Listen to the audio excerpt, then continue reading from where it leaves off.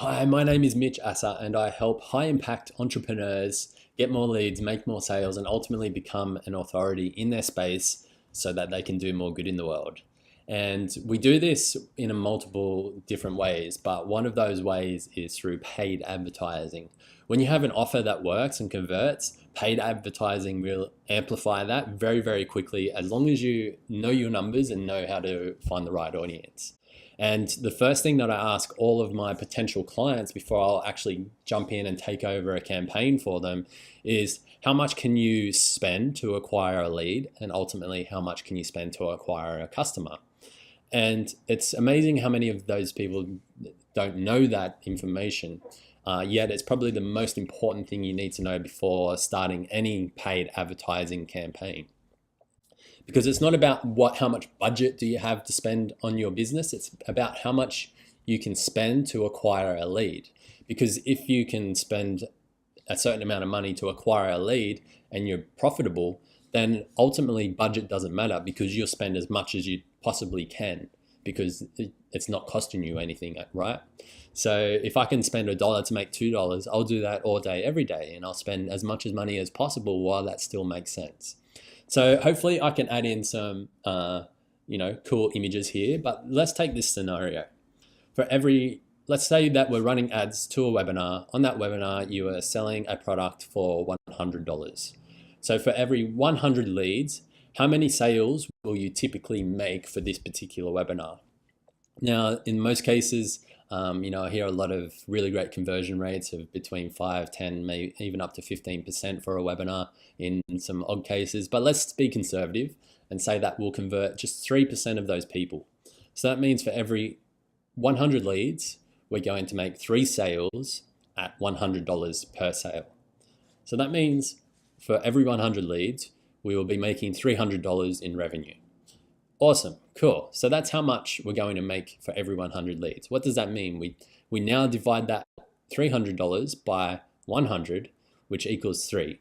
So therefore, if we can spend $3 or less per lead for this particular webinar, then we will be either breaking even or be profitable.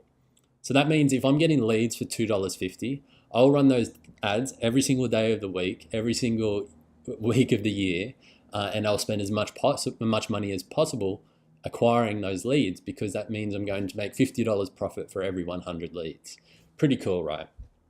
It's very simple mathematics at the end of the day, but so many people overlook and miss this step. And when you can really understand this particular step, it makes everything else much easier, because you now have a KPI to hit, or you have a goal, right? So you know that anytime you're over $3, you can kill those ads, and anything under the $3, you can scale them right up. So what this now means is that you're building an asset for your business. So these leads are not only, when you're spending less than $3, or you're not only just breaking even or becoming profitable, but you're building an asset, which is your email list. So when you create more products in the future, or services, or different offers, different JVs, then these particular leads are all profit from then on. So there are cases where some businesses are willing to spend, in this scenario, $4 to make for each particular lead, and take a loss on the front end, because they know down the track they're going to make that money up on some sort of back end offer with their lifetime value of their customer. So ultimately, at the end of the day, it comes down to this: the business who can spend the most to acquire a customer will win. So these are some really simple mathematic equations for you to implement right now. So what I would suggest is that you go ahead and look at your offer, look at how it's converting, and work out how much you're willing to spend to acquire each lead into your particular funnel. And then you will have a really great understanding of how much you can spend to acquire each lead and customer. And at that point, that's when you can start running paid advertising, whether it's through someone to do it for you, like an advertising expert, or doing it yourself. But ultimately, you'll have an understanding of what needs to happen, and it makes it really easy to then scale your business. So If you are looking for someone to work with you to do that with Facebook advertising, feel free to reach out to me. I do occasionally take on new clients. It just depends when you're watching this video. But I hope this has really helped you to understand what you need to get started so you don't feel like you're just donating money to Facebook and feeling overwhelmed all the time, because I understand.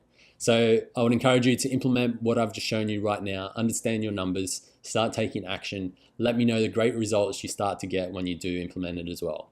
Till next time, get out there, get more leads, make more sales, and do more good in the world. My name is Mitch Asser. Bye-bye.